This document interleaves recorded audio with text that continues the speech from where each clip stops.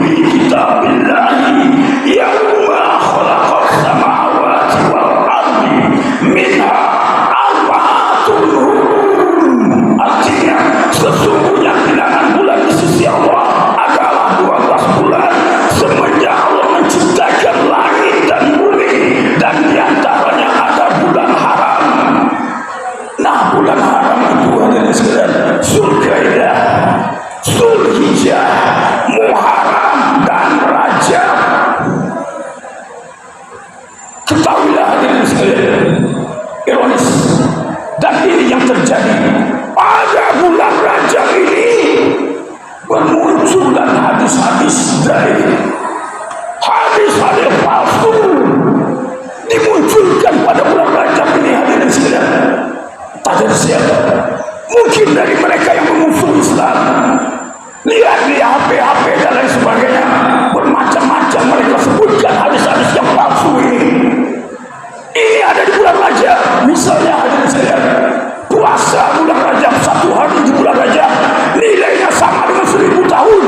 10 tahun, 1 tahun, ini palsu hadirin sekalian.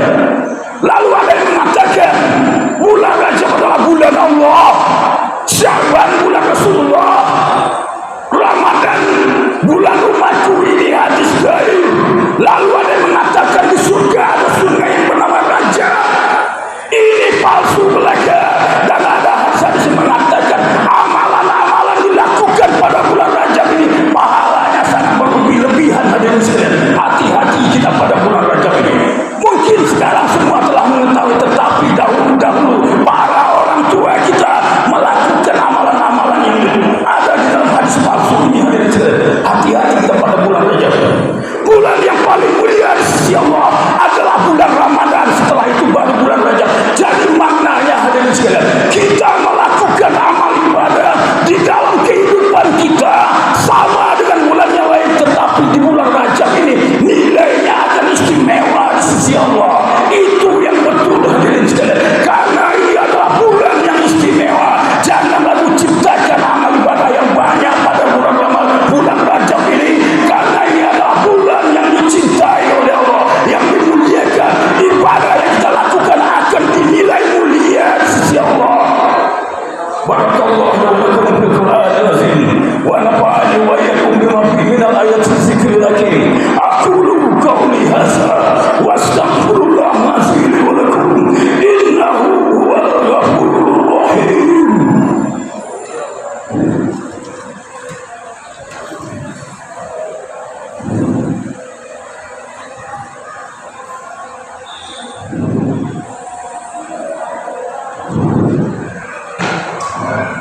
Alhamdulillah, alhamdulillahil qawiyyil matin, al-malikil hakil mubin, wa asyhadu an la ilaha illallah wa iyyahu na'budu wa iyyahu nasta'in, wa asyhadu anna Muhammadan abduhu wa rasuluh, sayyidul mursalin wa imamul muttaqin. Allahumma shalli wa sallim wa barik ala Muhammad wa ala alihi wa sahbihi ajmain. Ya ayyuhal mu'minun, sedang Jumat yang dimuliakan Allah Subhanahu wa taala, pada khutbah yang kedua ini kita harus membahas sebuah peristiwa yang sangat hebat pada bulan Rajab ini. Hadirin sekalian, peristiwa yang tidak bisa dipikirkan oleh nalar manusia. Otak manusia tidak sanggup memikirkan peristiwa ini, dan itu terjadi di bulan Rajab. Apakah peristiwa itu? Peristiwa itu adalah peristiwa Isra Mi'raj Nabi Muhammad SAW yang terjadi pada tahun ke-10 kenabian 620 Masehi. Peristiwa ini diakui oleh Al-Quranul Karim, bahkan dalam hadis-hadis sahih peristiwa ini dilakukan. Jangan ragu tentang masalah Isra Mi'raj ini hadirin sekalian. Artinya Allah Subhanahu wa taala memperjalankan Nabi Muhammad SAW bersama malaikat Jibril